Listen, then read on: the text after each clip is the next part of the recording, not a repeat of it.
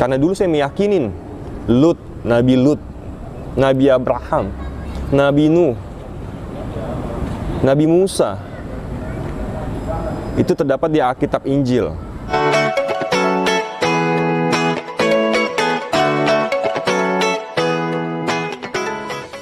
Shalom saudaraku, salam damai sejahtera di dalam kasih Kristus.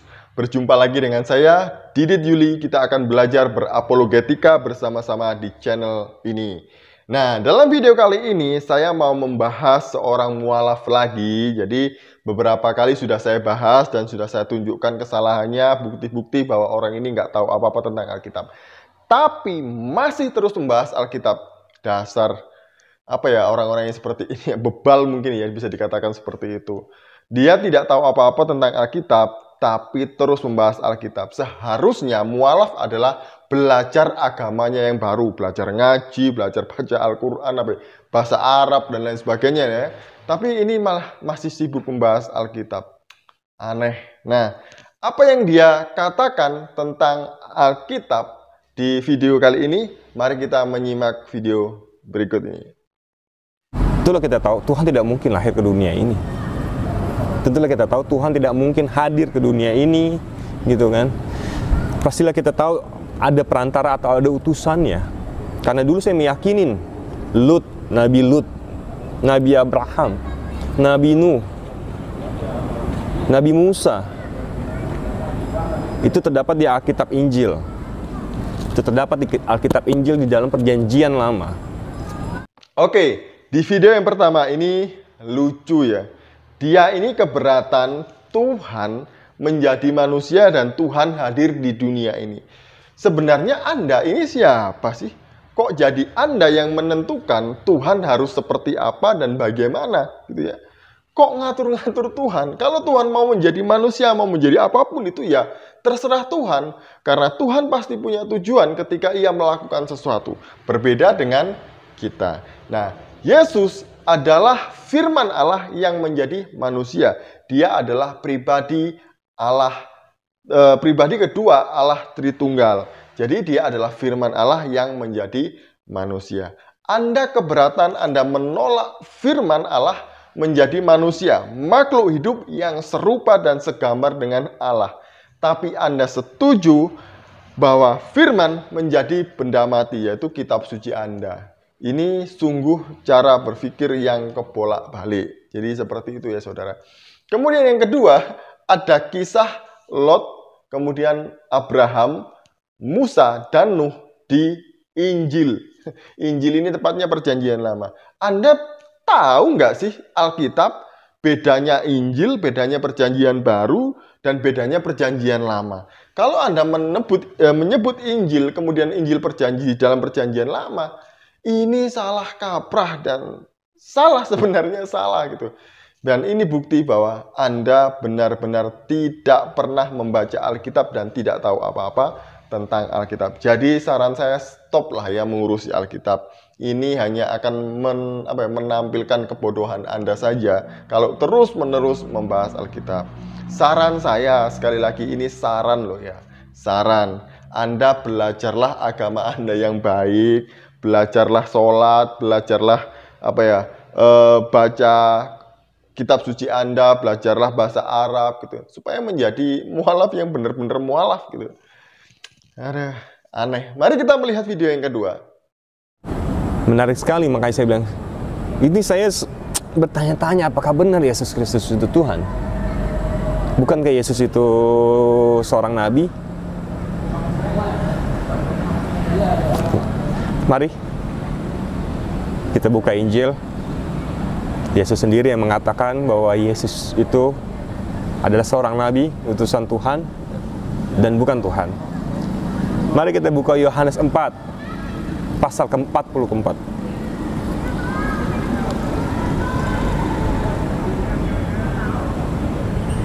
Yohanes 4, pasal 44. Di sini ada tersebut, kalau dulu istilah saya, sebab Yesus sendiri telah bersaksi bahwa seorang nabi tidak dihormatin di negerinya sendiri. Sangat menarik buat saya. Yohanes 4 pasal 44. Sebab Yesus sendiri telah bersaksi. Yesus sendiri yang mengatakan bahwa seorang nabi tidak dihormatin di negerinya sendiri. Di video yang kedua ini menunjukkan bahwa saudara kita ini benar-benar tidak tahu Alkitab. Dia bilang Yohanes 4 pasal 44 dan pasal 19. Salah saudara, yang benar itu Yohanes pasal 4 ayat 44 dan 19.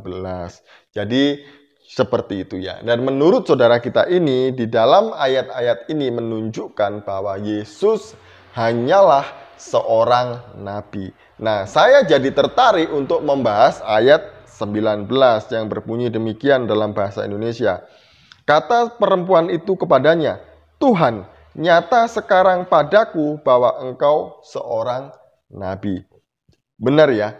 Tuhan, nyata sekarang padaku bahwa engkau seorang nabi. Padahal perempuan Samaria ini menyebut Yesus Tuhan dan nabi dalam waktu yang bersamaan. Nah, bagaimana dengan bahasa Yunaninya? Nah, kata Tuhan memakai bahasa Yunani Kyrie dari kata dasar kurios yang artinya bisa Tuhan atau Tuhan. Tergantung konteks siapa yang berbicara kepada siapa. Misalnya seperti ini, ada seorang pekerja berbicara dengan tuannya, maka dia memanggil tuannya juga dengan sebutan kurios. Ini adalah seorang pekerja kepada tuannya, yaitu dia memanggil tuan dengan sebutan kurios. Yang kedua adalah seorang hamba kepada tuan pemiliknya, yaitu dia, hamba ini memanggil pemiliknya ini dengan kurios. Kenapa?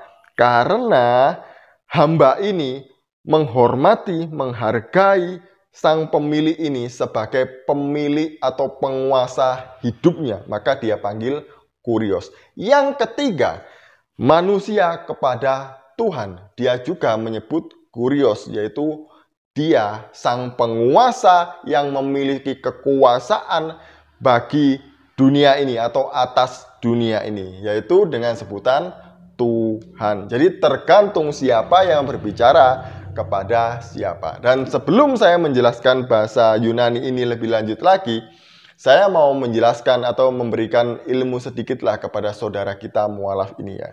Nah, dalam belajar bahasa itu ada namanya rasa bahasa. Misalnya, dalam bahasa Indonesia itu ada bahasa perempuan dan wanita. Orang Jawa lebih suka dipanggil wanita daripada perempuan. Kenapa? Kalau dipanggil perempuan itu biasa saja, konotasinya ya wanita, perempuan biasa saja seperti itu. Nah, tapi berbeda ketika perempuan atau wanita Jawa ini dipanggil dengan sebutan wanita. Nah, dalam bahasa Jawa ada artinya itu wanito. Wani ditoto atau mau diatur, mau diarahkan, mau dibentuk oleh si kepala keluarga itu. Jadi ini namanya rasa bahasa. Meskipun artinya sama, tapi penempatannya berbeda dan artinya juga berbeda. Nah, kemudian misalnya dalam bahasa Inggris, my lord atau lord artinya kan tuan. Jadi kalau ada orang ngomong my lord, ini biasanya adalah bangsawan ke bangsawan atau bangsawan kepada kayak keluarga istana atau orang yang berkuasa gitu, panggilnya my lord. Tapi berbeda ketika rakyat memanggil rajanya dengan sebutan my lord. Kenapa my lord bukan my lord? Karena meskipun sama-sama artinya tuan atau tuanku, ketika memanggil my lord ini berarti rakyat sedang menghormati, menghargai bahwa sang raja ini punya kekuasaan tertinggi atas wilayah kekuasaannya dan juga dirinya. Jadi seperti itu. Itu namanya rasa bahasa. Dan kembali ke bahasa Yunani. Sama dengan kata kurios atau kata kyrie di dalam Yohanes pasal 4 ayat 19 tadi itu.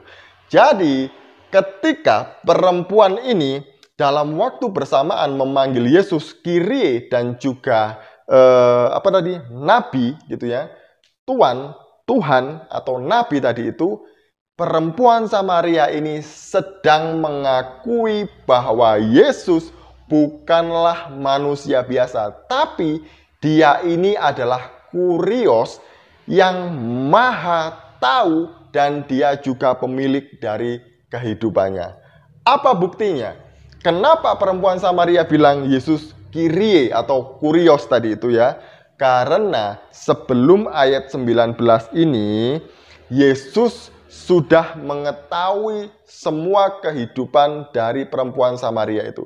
Yaitu dia tidak punya suami, dia sudah 5 kali menikah, dan suami yang bersama-sama dengan dia saat ini bukanlah suaminya, alias kumpul kebo. Nah, jadi perempuan Samaria ini mengakui bahwa Yesus adalah maha tahu dan dia juga pemilik dari kehidupan dia saat itu. Makanya dia juga menyebut Yesus sebagai nabi. Nah, kenapa perempuan Samaria ini menyebut Yesus nabi? Apakah itu salah? Tidak. Karena gelar Yesus Raja, Mesias, Nabi, Imam, dan Tuhan. Nah, nggak salah perempuan Samaria ini juga menyebut dia nabi. Karena Yesus memang juga nabi. Itu adalah salah satu gelar yang dia miliki. Jadi, seperti itu ya saudaraku mualaf. Percayalah, belajar atau membahas Alkitab itu susah. Tidak segampang Anda mengeluarkan kata-kata seperti itu ya. Saya saja harus belajar ini 5 tahun di bangku kuliah supaya saya memahaminya dengan benar. Jadi semoga ini menambah pengetahuan bagi kita semuanya, saudara-saudaraku Kristen maupun Katolik, dan juga saudara-saudaraku yang mau percaya kepada Yesus atau saudaraku mualaf yang ini tadi. Jadi sekian dari saya, semoga ini menjelaskan semua kebingungan kita dan menjawab semua pertanyaan kita. Shalom, salam waras, Tuhan Yesus memberkati.